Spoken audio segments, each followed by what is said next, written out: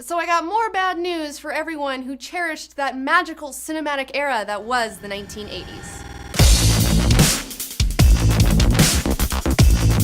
Hey guys, it's Comic Book Girl 19, and there have been stories, speculations, and rumors for years that they've been making another Gremlins sequel. In fact, they've been considering making another one since Gremlins 2 came out in 1990.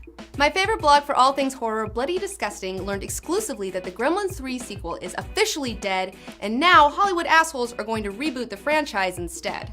The screenwriter who is behind Abraham Lincoln Vampire Hunter and Dark Shadows is set to likely all over our childhoods with a reimagining of Gremlins.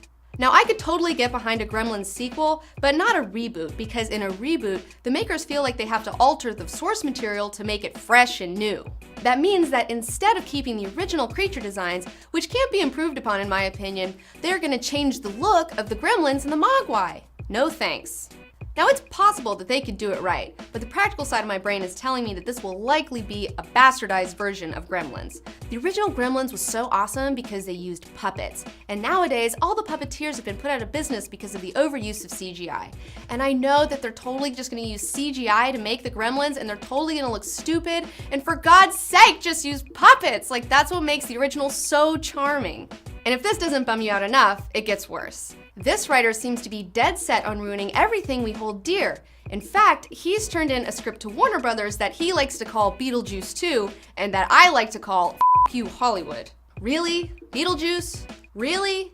There is no reason for anyone to touch that perfect film with their dirty little money-grubbing hands. Along with Ghostbusters, Beetlejuice was one of my top favorite movies when I was a kid. It was bizarre, it was unique, it had ghosts and monsters, it made me laugh, and to this day, it is just one of the most completely weirdest movies you will ever see in the best way possible. It totally holds up if you watch it again. In fact, I recently saw it again at the ArcLight Theaters, and it was awesome. Beetlejuice is sacred in the book of CBG-19. I had the coloring book growing up, I watched the cartoon show, I wanted to be Lydia Dietz more than anything in this world, and I am so depressed over this news, and I seriously don't know how much more of this I can take.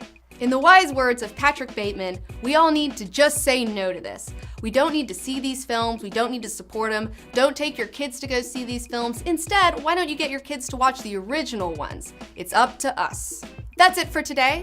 Make sure to let us know in the comments below how you feel about all this mess, and make sure to hit the thumbs up button if you're tired of seeing your childhood raped as much as I am. I'm Comic Book Girl 19. Make sure to subscribe to Cinefix for more news on the continued plunder of all your favorite childhood memories, right here on Screen Addict.